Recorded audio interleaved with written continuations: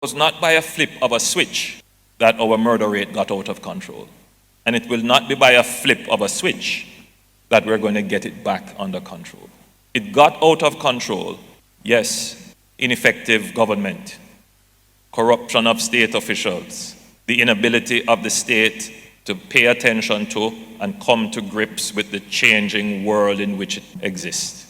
The geopolitical changes, the emergence of narco gangs, our geographic location smack in the middle of the trade routes in this region. But it was also as a result of our poor economic circumstances, which everybody wants to ignore. I mean, it's one thing to insist that every station should have a police car. We need new communication equipment. Every police station should be repaired. Where is the budget?